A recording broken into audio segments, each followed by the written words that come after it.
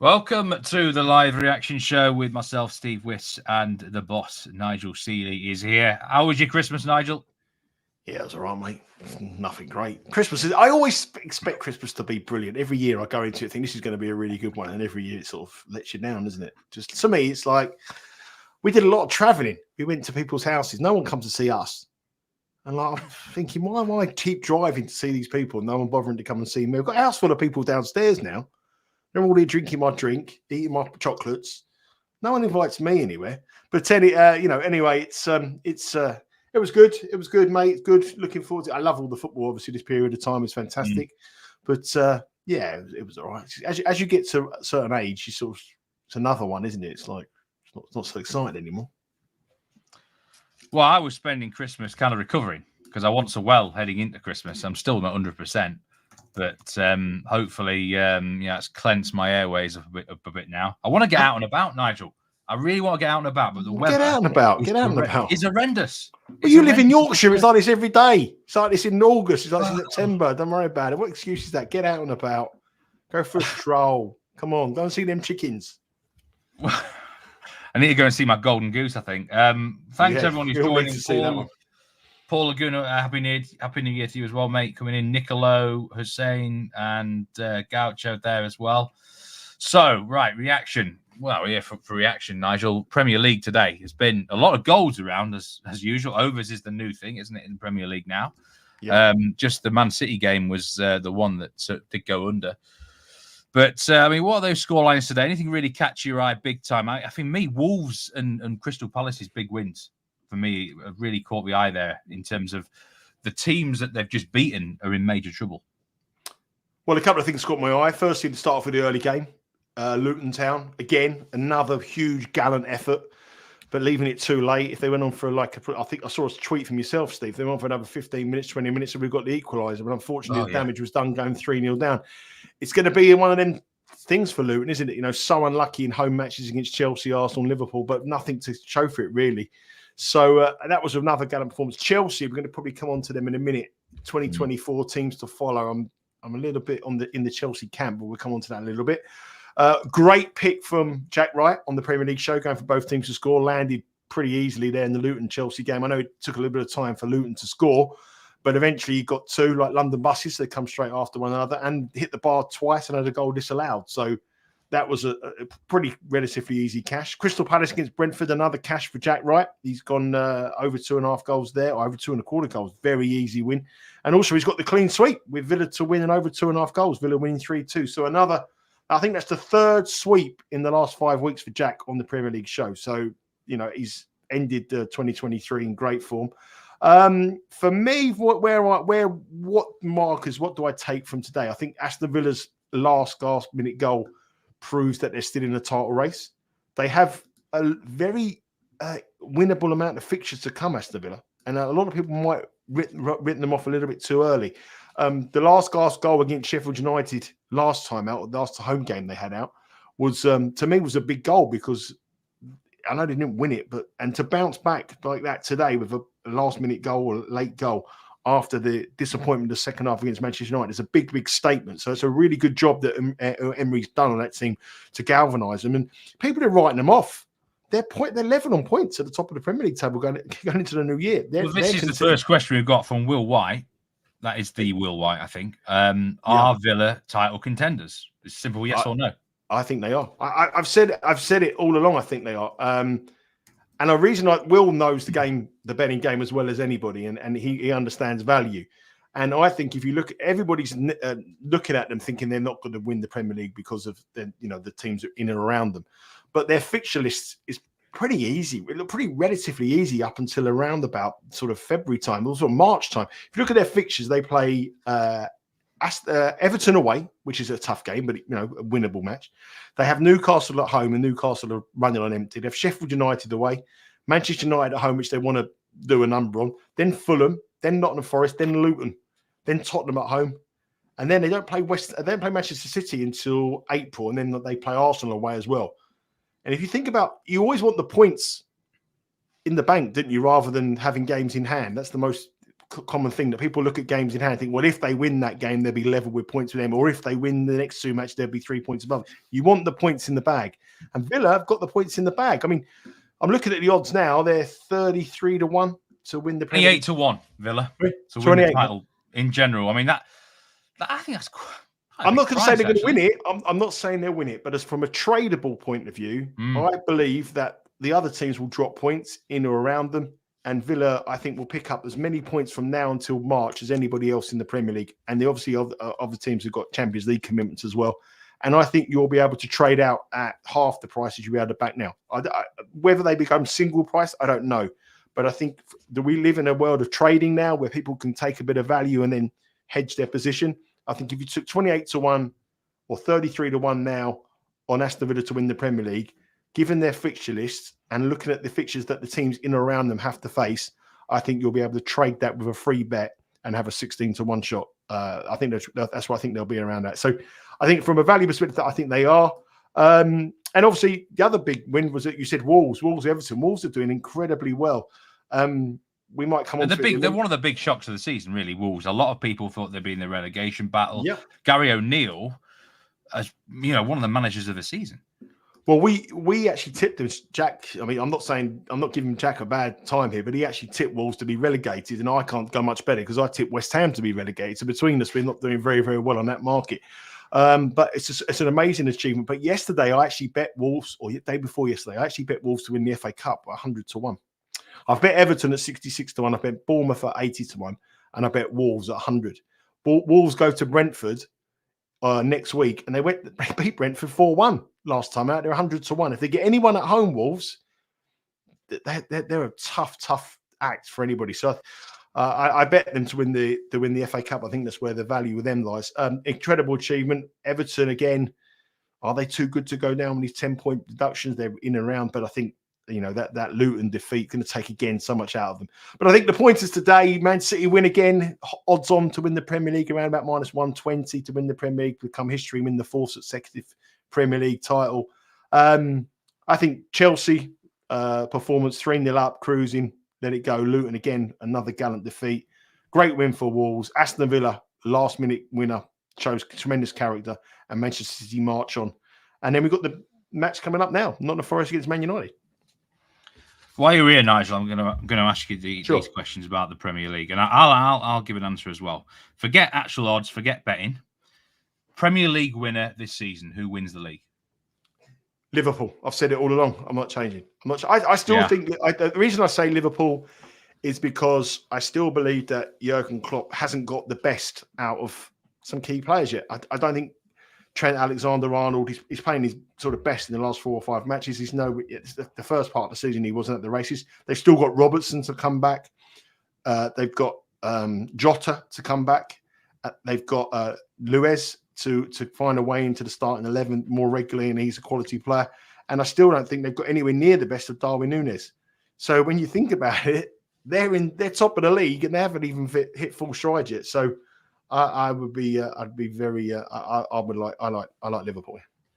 They were actually my pick as well. I agree with you, Nigel. Liverpool are my pick to win the Premier League. Top 4. In fact, let's go in order. 2nd, 3rd, and 4th. Who are you going with? Well, I hope I've had a decent bet on Liverpool and Man City to be the top 2 in any order at plus. I think it was plus 330 at the start of the season. I was betting that 2 seasons ago at even money. So to get plus 330 at the start of the season was to me a fantastic achievement. So I would fantastic price. So I would love Man City to finish 2nd, and I think they probably will. I would go Liverpool, Man City, Arsenal, and then Villa. I saw a message there. Villa won't be in the top 4. Come on, man. Who's going to challenge him? I mean, they could be. The fixtures coming Spurs, up, wouldn't it? Spurs would be the only team really if they can get their players back fit. 4-0 down against Brighton. They've got Son is out now as well. He's got to the Asian Cup, isn't he, as well? I mean, I know Maddison comes back, but they get one back and the other one's gone. And they're Spurs. You wouldn't trust Spurs. They're Spursy. No, I wouldn't be trusting Spurs. Newcastle running on empty. The manager will be gone. They'll have no new players to try to rebuild. Man United, you can't trust. Chelsea will come good. I think Chelsea will definitely come good, but they've left it too far. So I think the top 4... where we are will be the top 4 at the end of the season. I think the bottom 3 will be the bottom 3. I think I would agree with the top four of you there, Nigel. Yeah, one thing I might even put Arsenal above Man City. I still don't think all is right at Mill with Manchester City this season, and the Haaland situation. They're going to need him to come back and fresh and fit and not get injured again. I was going to ask you about the bottom three. Arsenal need a striker. Arsenal are desperate for a striker. Tony? If he's worth 100 million, then the game's gone, isn't it? I mean, he's going to be rusty. I mean, he's been done for betting. That'll be the biggest gamble in sports betting history to get him into to be able to win the Premier League. Is he that good? Is he the main man? I mean, I can't imagine him being in the starting lineup in Champions League and other oppositions being in the quarterfinals, semi-finals, or final of a Champions League, thinking, "Oh, we're up against Ivan Toney," being a threat. I think it's a desperation buy, really, for 100 million quid that they're talking about. I don't know. I can't see him. I mean, he's not a Lewandowski, he's not a Haaland, he's not an out-and-out striker, and they need an out-and-out striker. I don't know. Would he make the difference? I'm not so sure. I still think they've got a huge problem with the goalkeeper, Arsenal. I really do. So I'm worried about them. And obviously, the further they go deep in the Champions League, which you would think they would go deep in the Champions League, and given that the Champions League final is in London this year, there'll be something they want to win. I think they can go. I've said it to you before. I think if someone gave me a free bet now and said you can bet Arsenal to win the Champions League or the Premier League, I'd probably bet them to win the Champions League. I'll tell you what, at the bottom of the table, there's a few questions coming in here, generally asking if there could be a surprising team that's not in the current bottom three that could get sucked into big trouble. And I'm going to say something here a bit outlandish, perhaps. I think Luton Town could survive, Nigel. I think they're the one team that are looking like they could give something. I backed them today +1 Asian. I think they're a good team at home to back. They need to start winning some more games. But there might be a chance that they stay up. So then I'm just looking at who might get sucked into trouble. And I think, there's comments here. Fulham, Matthew Collins says, Fulham look very poor. Could they get sucked in? Brentford as well. Which of those teams, Fulham, Brentford, Forest, say Everton as well, is the most likely to be in peril? It depends on the odds, really. We need to look at the prices when they come out. But I would be very concerned if I was a Brentford fan at the moment. I really would. I think especially if Toney goes, where they're going to go, and the manager is a very, very sought after manager. That I think that he'll be okay. I think he'll move on to bigger, better things. But I think Brentford could find themselves in some serious trouble. I actually bet them last season to get relegated. And they were so good at home, weren't they? They won a lot of good home games, and that was where their strength was. That they gave people some big problems at home, and they played with a big, fast tempo, come out the traps early. It was in a really, really sort of high press from Brentford. This season, it's not the same. It's not the same. People have actually sort of read into them, know how to play them a little bit. And without Toney's goals, that could be their problem. So if he comes back and stays, which I think that if he does stay, then I think they'll be okay. But if he departs to Arsenal or to any other clubs, then I think Brentford would be in serious trouble. Fulham, I've mentioned Fulham on the Premier League show this week, and I got slated on the YouTube. Usually I get slated. I don't give a monkey's, bring it on. But I got slated because I thought they might concentrate. I think they've got to the semi-finals now of the Carabao Cup, and I know it's not like it's like 2 weeks away, the semi-final against Liverpool. But how many teams have we seen have gone on deep cup runs in the past that their league forms suffer? And it's the first time that Fulham have ever been in the Carabao Cup semi-final. They've never got this far. They've got a very easy sort of winnable FA Cup tie on next Thursday. I think it is against. I think they play Rotherham at home.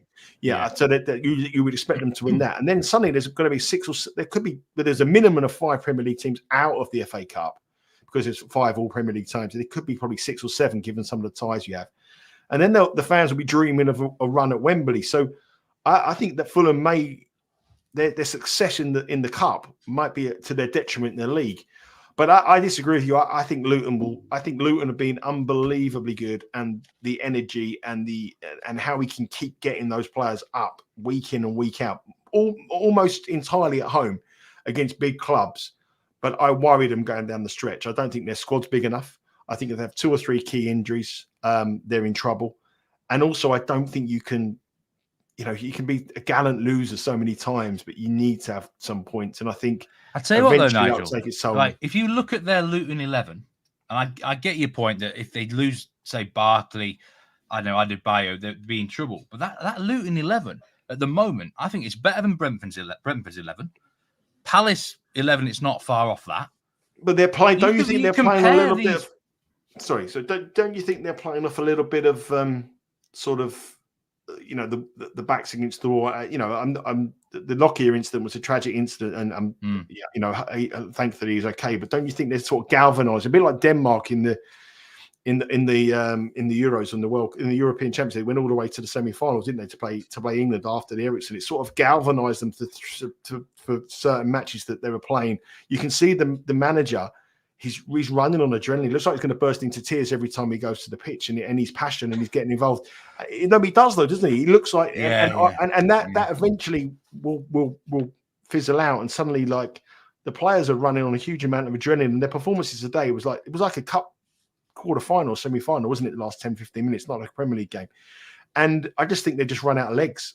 I don't think they can do that week in and week out. January is going to be a good time for them, though, isn't it? Because there's not as many games in the Premier League in January. I agree today. First half today, they didn't have their tank was empty. I think after the 2 big games they'd had, that's where Chelsea's squad depth helped them.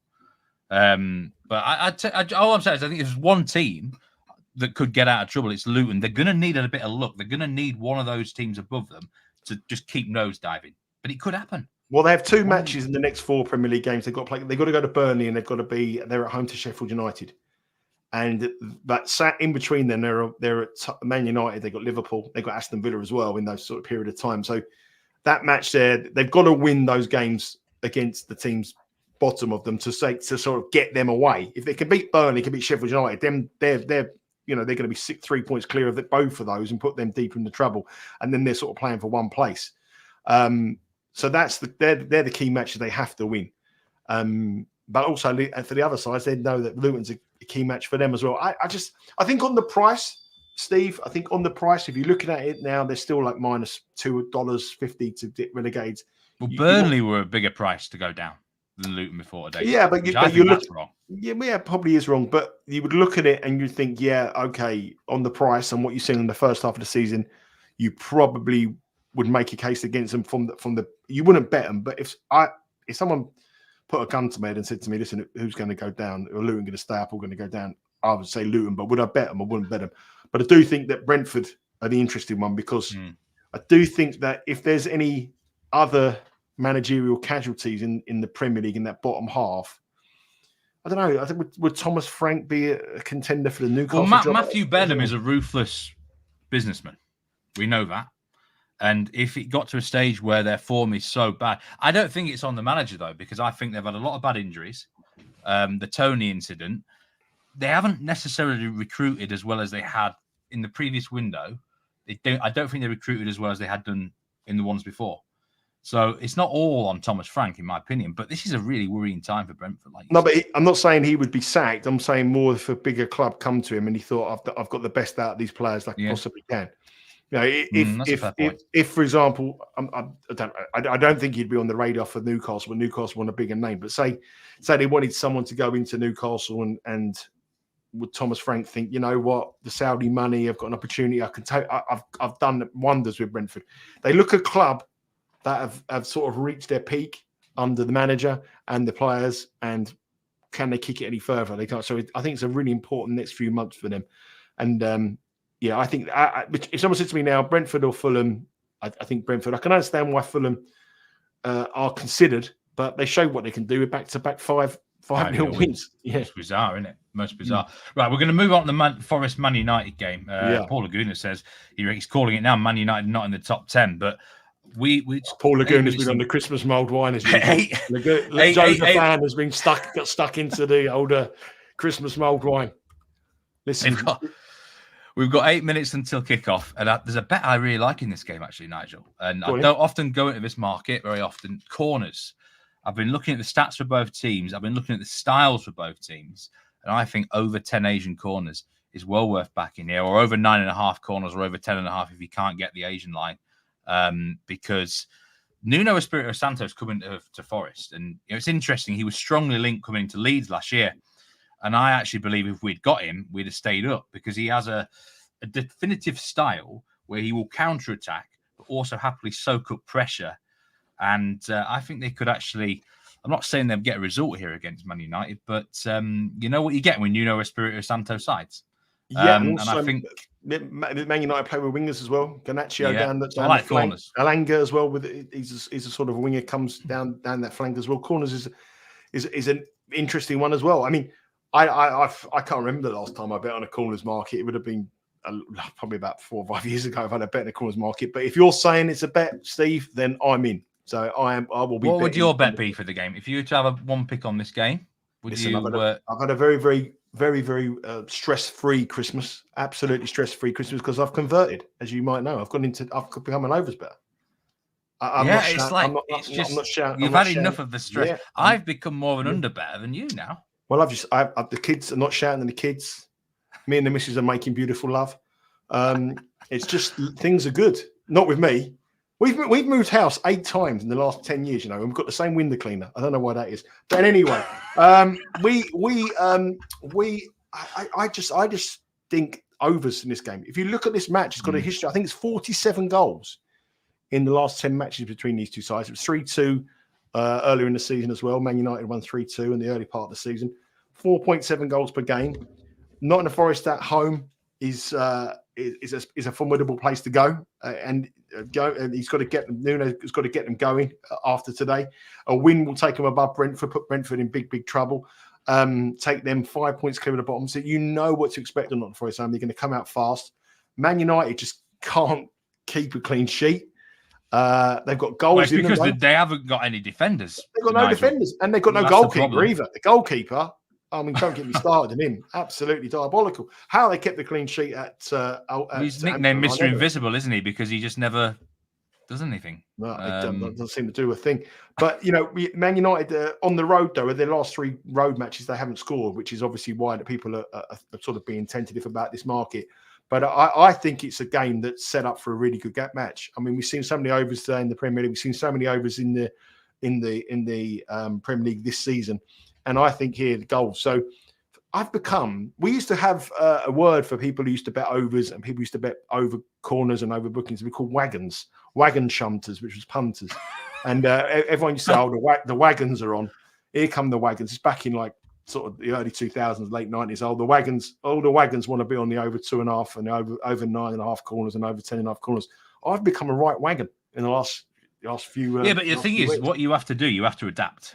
And you obviously were, as I say, you should be betting in France this season. Now you'd be making a killing on the unders, but you've adapted to your Premier League has changed because of the time, the added on time, I think, as well. So definitely.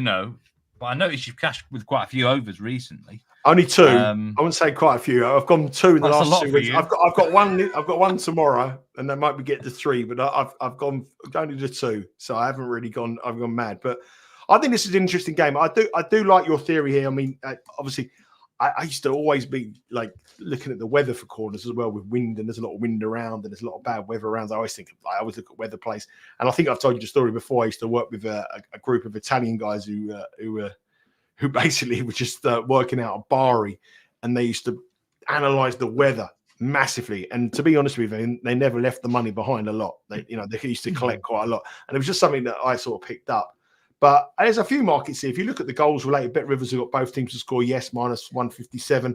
They've got both teams to score, which I think, both teams to score is, over 2.5 goals is minus 134, which I think is a better option. I think this could add something like Desmond, A good I mean, over 3.5 is plus 188. And we've seen a lot of, when the over 2.5 cashes, it doesn't only usually cash 2-1 or 3-0. It usually cashes by a great deal. So if you think there's goals, then over 3.5 would be a bet here. Corners, what do you got? What are bet rivers on the corners? Have a look at the corners. The main line is actually gone up to 10.5 on the corners. After you've spoken, the risk factor. Well, I can't claim to move money that quickly, but you can.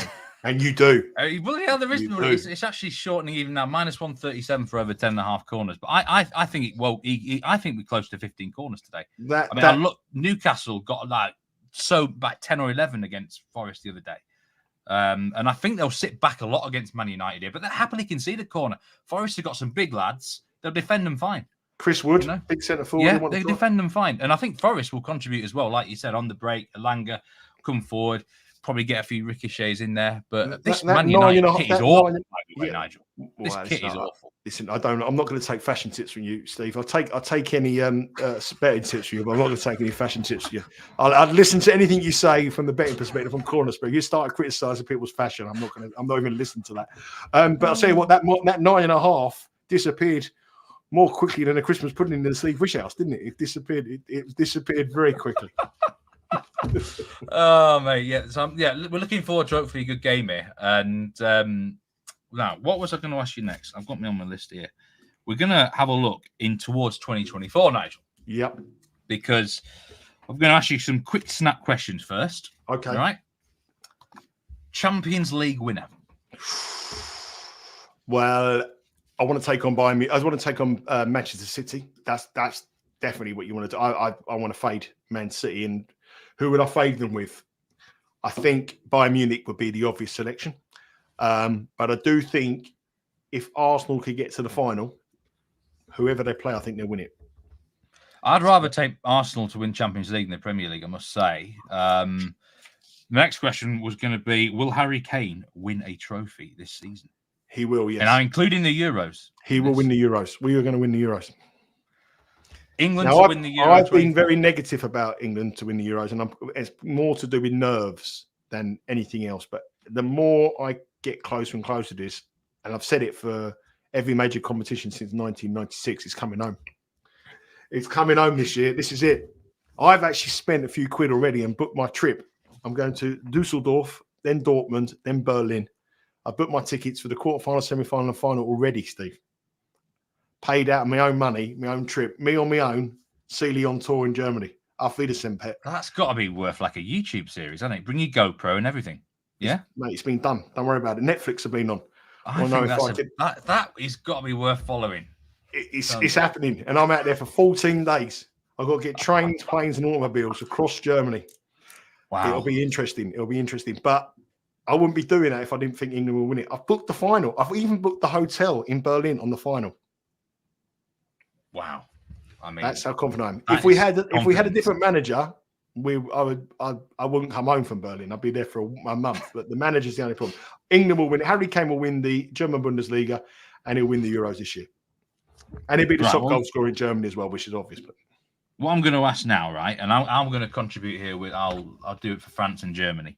I want one team, right, in the Premier League. So one team in the Premier League that you think can really, have a really good 2024. A team to watch, a team to follow in a good way, and a team to follow in a bad way. I'll start us off here, actually, Nigel. Okay. Because I'm going to do it in France. And I am absolutely convinced. I'd have to go with two possibles here. I think Marseille and Rennes are the two teams who can come good in 2024. Marseille, because I still think they've got the second best squad in the league. They just had problems early doors with the manager change. The Gattuso's come in now. They've got a nice set of fixtures. They can get on a really good run before Europe. And Rennes are exactly the same boat. Changed their manager. They've got a good squad. They've got players that have come back from injuries. I looked at the top six market for Liga, and Rennes at plus 350. You could maybe do worse than that. And I think a bad team in France that could nosedive completely is FC Metz, just simply because they lack the squad quality. If you were to go Premier League, what would you give us? Well, I'm going to go for the team to follow, which anyone who's been watching us on the Premier League show, you wouldn't be no surprise to you. I'm going to go for Chelsea in 2024. I thought you might. I kind of agree with that. I think that I know they've been pretty lucky today to win, but they won. They've won back-to-back matches. I'm a huge Pochettino fan. I've always said that Pochettino is a master. If you look at I'm very lucky to have met a few people who worked under him, in particular at Southampton, and they treat him in the most highest regard. He's a fitness guru. He knows the style of play he wants. He's coming to Chelsea, which was completely in disarray. He's going to slowly but surely get rid of a lot of players, which he will in the transfer window. Conor Gallagher is linked with a move to Tottenham, and it looks like it's going to head £40 million, whether that's a good move or not. But he'll get rid of the players he doesn't want, and he'll know the players he wants. And Nkunku is back, which I think in the second half of the season will be a huge change. He could be the player to watch in the second half of the season. Yeah, right? And Palmer obviously has been in a disappointing season for Chelsea. He's been the main man. They're in the semi-finals of the Carabao Cup. They look like they're going to get to the final. They play Middlesbrough in the semi-final, and then they've got a good cup run. They've got a good cup draw in the FA Cup. I can see Chelsea putting a real good run together. I think they'll buy 3 or 4 players in the window because the owners will spend money again because they have faith in the manager. And I think he'll be the one man who can offload a load of sort of poor players and rubbish from the club as well. So I like Chelsea. From a negative, it's Fulham. I think Fulham would be my negative in the Premier League. I know they struggled for Mitrovic. They've had them 2 matches back to back, but other than that, they've struggled for goals. I do believe that the fans will be more happy with a cup win rather than a run in the Premier League. They realise that they're in the bottom of the table.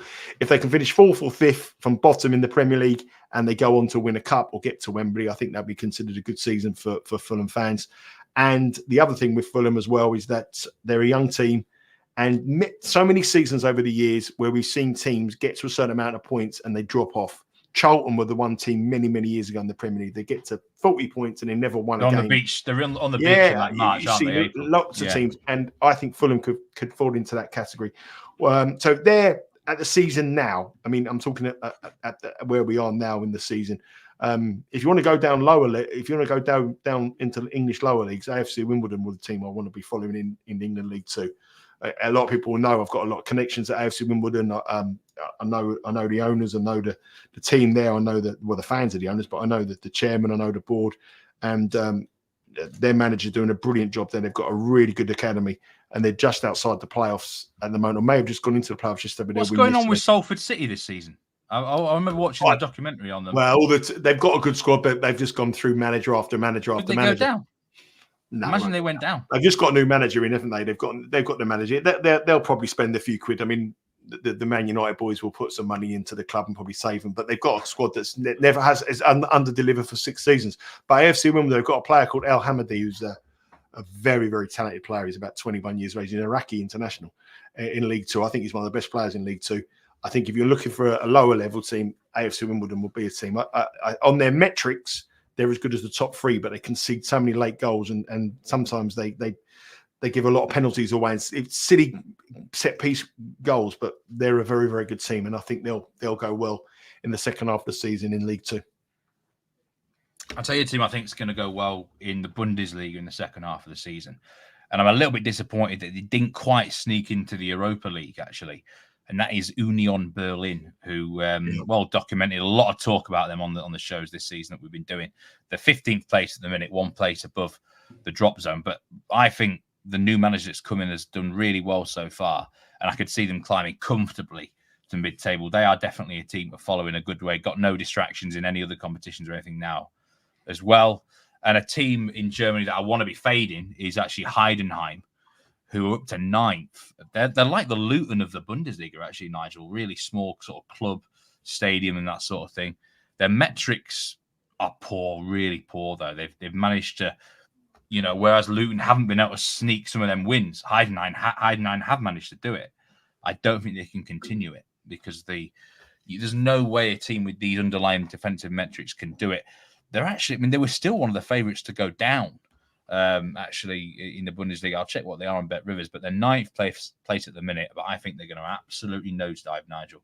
And there's leagues across the whole world in Europe that you can just sense it happening in the second half of the season because they're just completely overachieving the first half. And it's just a question of identifying those teams, isn't it? Yeah, 100%. And the more unfashionable teams, the better for you. Because obviously, like everyone's going to have the same sort of conclusion as me as Chelsea, and everyone knows that Fulham aren't going to be doing so well. So the ones that are under the radar are the ones you do. I mean, I like to pick teams that sort of suddenly hit a bit of form, and then you bet them on the 1 week, and then the next week, and you do all right. You stick with them for 3 weeks. After the third week, everyone's got wind that they're doing well, and the odds you're getting aren't anywhere near value.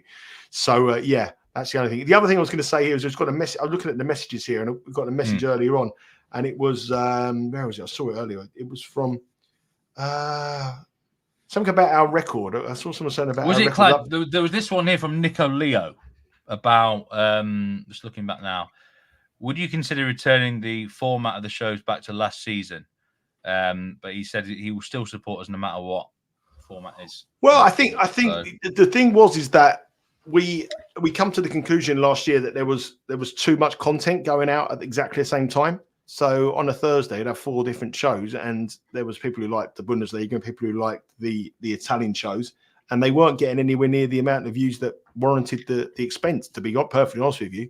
So we decided to put one on the show, which would double the views, and that's really worked. I mean, we're getting 350 views on some of them shows, and now we're getting 750. So it seemed to work.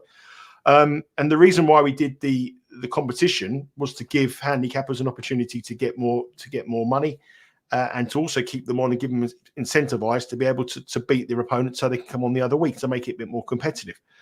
In an ideal world, I'd have 25 shows and 25 different leagues, but you got to have the budget to do it. You got to be able to spend the money, and if anyone wants to do it for nothing, you can come on and do a show. It's not a problem, but I don't mind. But really, the shows last season were great in terms of P&L. I mean, the French league with yourself and James was brilliant, but that's why we've got the Twitter page as well. So because we wins there, if all the handicappers have access to that, if they want to put up a pick and say, "Look, I'm not on the show this week, but I've got this fancy," that's entirely up to them. If they want to do it, it's not a problem. So, and the other reason, someone mentioned about the likes all the shows, but the P&L isn't great this season. Well, Claudio, I think it was, who came up here. That's because waiting for experts to go on a run. Well, we all are, but let me tell you, the one thing is the Champions League P&L is given a P&L of like minus 11 units or something, but that's taken into Let account. me just address a couple of things with the. Before we go into that, if we're going to that, you can come on to this 1 second. But the reason why that's minus 11 units is because it's resulted all our losing plays in the group stages already. So all the losing stages have been resulted into that figure. The ones that are winning, the ones that have progressed into our picks haven't been set on that figure. And also, we got the nitty gritty to come in, and you've only got 2 picks. We've only got 2 picks. If we predicted it, I've seen other shows like this where every person has a pick on every single match in the Premier League, and they don't highlight their 3 or 2 picks. We have to pick 2 or 3 only picks, which obviously impacts the P&L. But I would bet money that every single one of them will be in profit in June. But if you looked at our record from last year to this season, all the shows across every single show as a added together is profitable. Not each individual show, but cumulative, everything is profitable. Yeah, I should start with the 2 or 3 positives first. The Europa League show's been having excellent numbers this year. The international shows have been having excellent numbers this year. And the hot dog thing that we introduced has shown, I mention it on the shows each week. That's been a great addition to the European show. We've had some great big price winners, but there's no doubt about it. The Champions League has been disappointing, Nigel. And I think we lost a great chunk of, 7 units of that 11 was unfortunately in the qualifying rounds. Me and RJ had one absolutely stinking show. I think it was 0-6. And it's been difficult to recover from that. Will White has been a great addition to that show on the Champions League. It's a difficult, I think that's the only competition I'm actually down in on the shows this year, but it's a tough competition. And then with the European show, we are, I've been speaking to Dan Roebuck recently. I've been speaking to you about it. There might be the odd tweak in terms of the pick soon, where we can just open the floor a little bit more to get basically some more picks on the show. And I'm very confident. I just think it's been really unlucky with the handicappers on that European show. And sometimes you will be down at a halfway point of the season. It's the way it is. It's a long grind, Going back to my point of view, I'm probably the worst performing handicapper on the channel, and I'll be absolutely admitted by this. I'm not going to beat around the bush. I've been shocking, but this season on all my bets, I'm about 16 units down, but I've always come good every year from this time until April, and I've done this an awful long time. I think it's probably only been like 1 or 2 seasons where I've ever been profitable at Christmas in about the last 10. But I've always won every season, and I've always come good at the end of the season. I stuck with the under 2.5 goals a lot longer than I should have done. I thought that would revert. I was talking, become a little bit of a joke about the weather in November, but really that was something that made me profitable over the years, and I didn't sort of change it accordingly. Jack has saved us massively. We're talking about people offering. Jack's had 3 sweeps in the last 5 weeks, so he's helped with those numbers. And consider the season we've had. We're going to have a good day here. I think we're probably about 4 units down going into New Year. I mean, you can clear that in a week. It's not a problem. But the one thing we are here is, I see other shows where everyone just makes a random comment. Oh, well, I think this team will win, or I think they're going to. And if they make the random comment, they don't use that as an official pick or on their records if that team loses. But if that team wins, that goes on their figures. Oh, the boys were 13-1 last week and 14-1 last week. That's a load of bollocks. You can't do that. That's absolute. We are straightforward. So if we have a bad run, we admit we have a bad run. If I have a bad run, you can throw whatever you want to me at a bad run. But in 20 odd years of doing this, in the last 10 years where I've done it more or less professionally, I've never had a losing season. So that's the difference. The difference as well is that when you come onto this show, you have to give 3 bets on the Premier League. When I do my stuff professionally, I might have 15 bets or 12 bets. One of them might be in the Premier League. I might have a bet in League One, League Two, Championship. It's very difficult. And some weeks on the card, I look at the card and think to myself, and I say on the shows many regular occasions, this is a tough card here. I wouldn't have a bet on it if I could. And I sort of make the case that it's difficult. And that is the hardest part. When you come onto a show like this and you have to do just 2 picks for the European or 3 picks for the Premier League, it's quite difficult to nail those 2 or 3. If you ask everybody in these handicappers, there's 10 matches in the Premier League, give me your predictions, they'd probably win a little bit more money or they'd be more profitable. But the 2 is quite hard to do. It is hard. It is a question, actually. I was just thinking about this just now. You're saying that you've sometimes not been up at Christmas, but always come good. If a professional gambler, handicapper did have one losing season, would it be the end of the earth? Can you say over a 10-year stretch, would you almost expect 1 year to be perhaps down? Well, I've run a tipping site for 6 years prior to this, obviously myself. If I had a losing season, I think the tipping site would be finished overnight. I think it could be gone. That's how much it is important, because people, don't remember what you did 3 years ago. They always remember what you did this season. So that's why it's imperative to make sure that you get to the profit at the end of the year. I think I find it so much easier, and it's because I already can see sides now that are up for matches much more than they are in other teams that aren't up for matches, especially in the English lower leagues. If you look at and people will take me up on this again, but you look at League 2, League 1, if teams have got Premier League sides on the Saturday in the FA Cup, or they've got to the 4th round in the FA Cup, they have matches in their leagues on the Tuesday or the Saturday. They're in mid-table that division. They're not up for that game.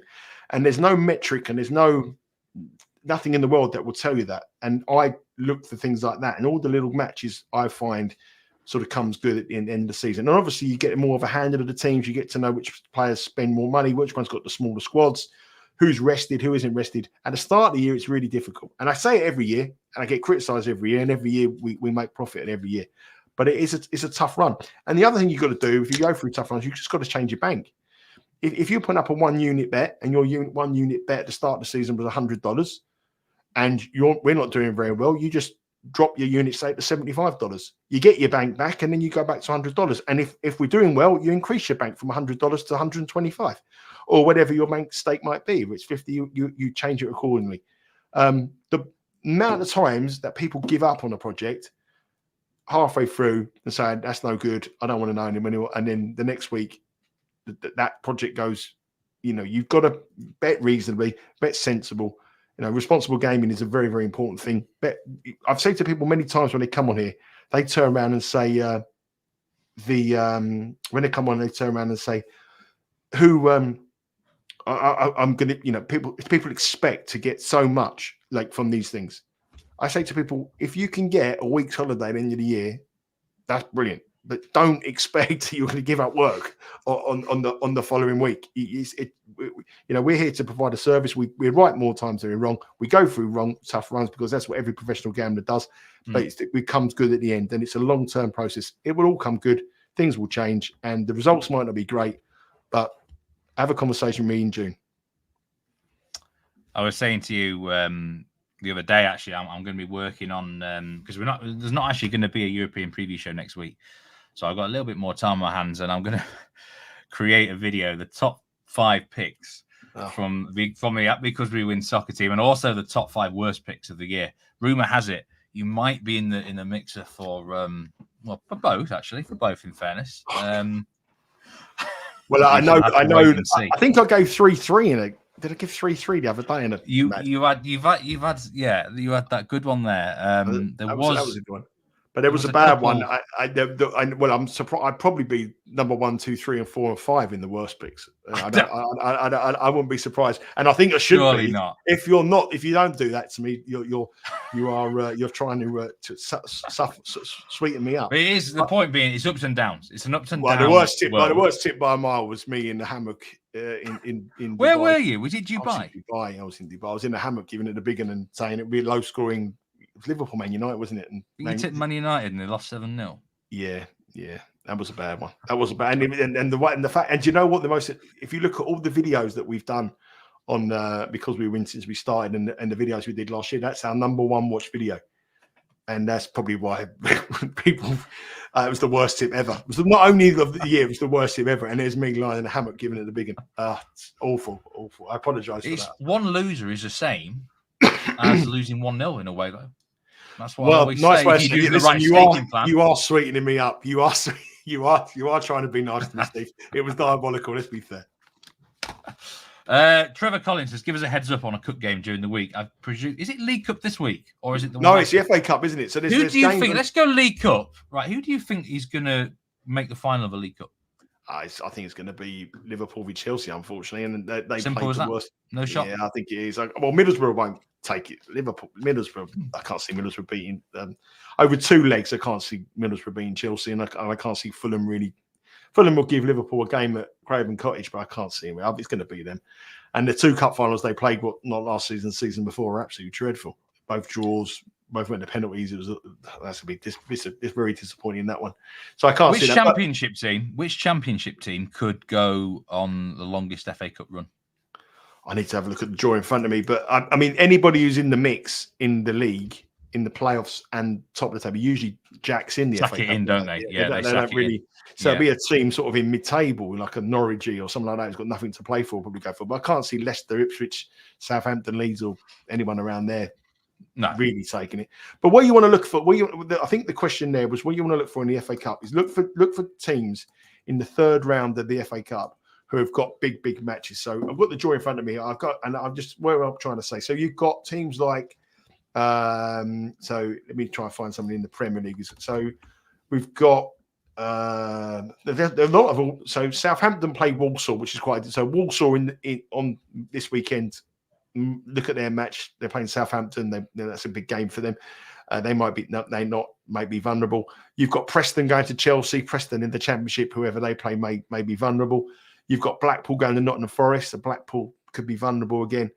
Bolton go to Luton. But I think Bolton will probably fancy the chance of winning that. Wigan at home to Man United on Monday night. So Wigan in the league a week before, those players won't want to get injured, and they want to rest themselves and be absolutely 100% fit to play a local derby. Most of them probably be Man United supporters anyway. Young team playing Man United at home underneath the TV cameras in the biggest game of their careers. So why would they be massively motivated for a league game the week before? They're the kind of things that I look for. Whether it's right or wrong, I really like that Wolves pick of yours because 100 to 1 they were 100 to 1 because they are safe. They're absolutely fine in the league. Then they're going to be mid-table. They might as well. If I was a Wolves fan, I'd be really disappointed if they didn't fully take the FA Cup seriously. Doesn't mean they will. Managers keen, a young manager who want to win something, who's got a Brentford. I mean, that could be the bet next weekend. Brentford don't want to be lingering in the FA Cup. Yeah. Do they? Yeah, and they played them and beat them 4-1 last week. Yeah. So if you look, just because they're not in league, they're pretty much safe. They're doing all right. They're a good run. They're okay. They play Barnsley away. And it's a tough match, but the Barnsley will be favourites. But I can imagine Wigan not being 100% at the races on New Year's Day, knowing that the following week they're at home to Man United in the FA Cup. They're the kind of things I look for. So this is the last show of 2023 from the Because We Win team. We're not going to be doing a reaction show next week, but me and you are going to be doing a set of reaction shows together in January. Yep. So we've got that to look forward to. We've got obviously content coming when the Premier League resumes, when the main European leagues resume as well. But sort of final thoughts on 2023 from the Because We Win team, Nigel.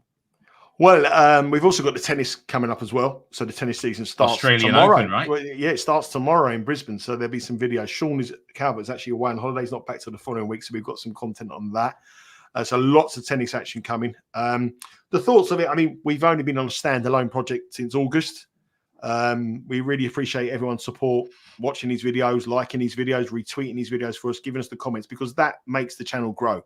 The more people like it, the more it is great for us. I couldn't have asked for a better team of people who are involved. Everyone involved gives 110%. I know we all know the results haven't been at the best this season, but I have 100% faith in that we'll turn it around in the new year.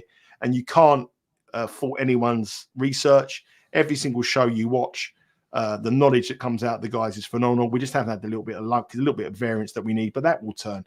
But most importantly, I mean, it's the people that watch it, subscribe it. If you want this to continue for as long as we can, we need more subscribers, we need more likes. So please tell your friends, get involved, give us a like, join the conversation. The more interaction we have, the better it is for everybody to say that any questions you want, we're always approachable. Any criticism, any positives you can. And that's really it, really. Next year, it's going to be a big year, big soccer year, European Championships, the Copa America as well, across in America. The tennis season is going to be incredible. Novak Djokovic bidding for history. Yannick Sinner, my pick, I think he's going to have a big year next year. So it's all good. And like I say, the effort that everyone's put in has been brilliant, and everybody is involved, has bought into it. So thanks very much for watching. Thanks for everyone who's been played a part of this in 2023. And I wish you all a very happy, merry, healthy, and profitable new year.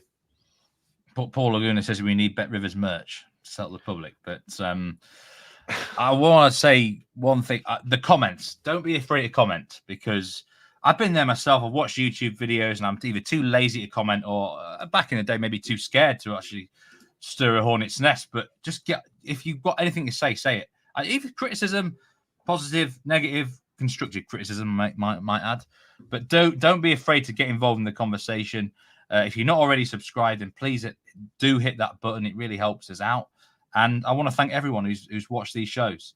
Since we've certainly gone to the standalone channel, really appreciate all your support. And hopefully 2024 is a great year. And I wish you all a prosperous new year.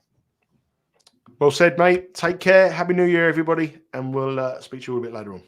Take care, y'all. Stay safe. See you around.